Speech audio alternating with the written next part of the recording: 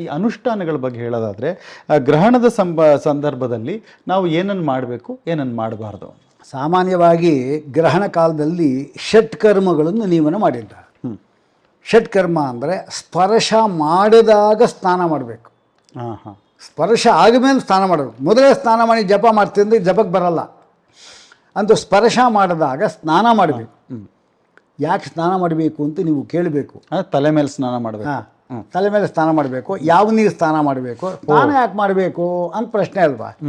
ಸುಮ್ಮನೆ ನೋಡಲ್ಲಪ್ಪ, ಸುಮ್ಮನೆ ಜಪ ಮಾಡ್ತಾ ಗೊತ್ತಿರ್ತೀವಿ, ನಮ್ಮ ಮನಸ್ಸು ಶುದ್ಧಿ ಇದ್ರಿ ಅಂತ ಅಂತಾರೆ ಕೆಲವರು. ಹಾಗಲ್ಲ. ರಾಹು ಕೇತುಗಳು ಅವರೇ, ಚಂದ್ರ ಸೂರ್ಯ ಏನು ನಮ್ಮ ಬಂಧುಗಳು. ಅವರಿಲ್ಲ ಅಂದರೆ ನಾವೆಲ್ಲಿದ್ದೇವೆ?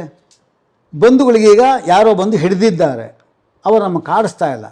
ಚಂದ್ರ ಸೂರ್ಯ ಕಾಣಿಸ್ಲಿಲ್ಲ ಅಂತ ಹೇಳಿದ್ರೆ ಅದು ಮೃತ ಅಂತ ಅರ್ಥ ನಮ್ಮ ದೃಷ್ಟಿಯಲ್ಲಿ. ನಮ್ಮ ಬಂಧುಗಳು ಮೃತ ಆದರೆ ನಮ್ಗೆ ಆ ಶೌಚ ಬಂತು, ಸೂತಕ ಬಂತು. ಈಗ ಮೈಲಿಗೆ ಬಂದ ಮೊದಲು ಸ್ನಾನ ಮಾಡಬೇಕು ನಾವು. ಆ ಸ್ನಾನ ಮಾಡೋದು ಇನ್ನೊಂದು ಉದ್ದೇಶ ಕೂಡ ಇದೆ.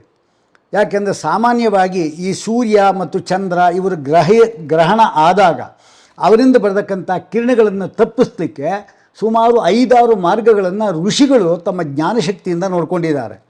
ಅದರಲ್ಲಿ ಒಂದು ದರ್ಬೆ, ಇನ್ನೊಂದು ಗೋಮಯಾದಿಗಳು, ಇನ್ನೊಂದು ಗಂಧ, ಇನ್ನೊಂದು ನೀರು, ಹೀಗೆ 5-6 ವಸ್ತುಗಳನ್ನು ಅವರು ಕಂಡು ಹಿಡ್ಕೊಂಡಿದ್ದಾರೆ. ಇದರ ಸಂಪರ್ಕ ಇತ್ತು ಅಂದರೆ ಅದು ಆ ಕಿರಣ ಏನು ಮಾಡೋದಿಲ್ಲ, ಅದು ತಡೆಯತ್ತೆ. ಹಾಗಾದರೆ ಸ್ನಾನ ಮಾಡಿದ್ರಿಂದ ಏನಾಯಿತು ಅಂದರೆ ಆ ಕಿರಣಗಳನ್ನು ನೀರು ತಡೆಯತ್ತೆ. ಆದ್ದರಿಂದ ನೀವು ಅಕಸ್ಮಾತ್ ನೀವು ನೋಡ್ಕೊಂಡು ಬಂದರೂ ಕೂಡ, ನಮ್ಮ ಕುತೂಹಲ ಇದ್ದೇ ಇರುತ್ತೆ, ನೋಡ್ತೀವಿ. ನೋಡ್ಕೊಂಡು ಬಂದರೂ ಕೂಡ ನಿಮಗೇನಾಗತ್ತೆ, ಆ ಸ್ನಾನ ಮಾಡಿದ್ರಿಂದ ದೋಷ ಬರೋದಿಲ್ಲ. ಅದಕ್ಕೆ ಸ್ನಾನ ಮಾಡೋದು, ಕಡೆಯಲ್ಲಿ ಸ್ನಾನ ಮಾಡಬೇಕು, ಬಿಟ್ಟು ಸ್ನಾನ ಮಾಡಬೇಕು. ಹಾಗಾದರೆ ಎಷ್ಟು? ಮೊದಲು ಸ್ನಾನ, ಆಮೇಲೆ ಜಪ, ಆಮೇಲೆ ಹೋಮ, ಅನಂತರದಲ್ಲಿ ದಾನ, ಆಮೇಲೆ ಸ್ನಾನ. ಹೀಗೆ ಷಟ್ಕರ್ಮಗಳು ಅದರಲ್ಲಿ ಹೇಳಿದ್ದಾರೆ.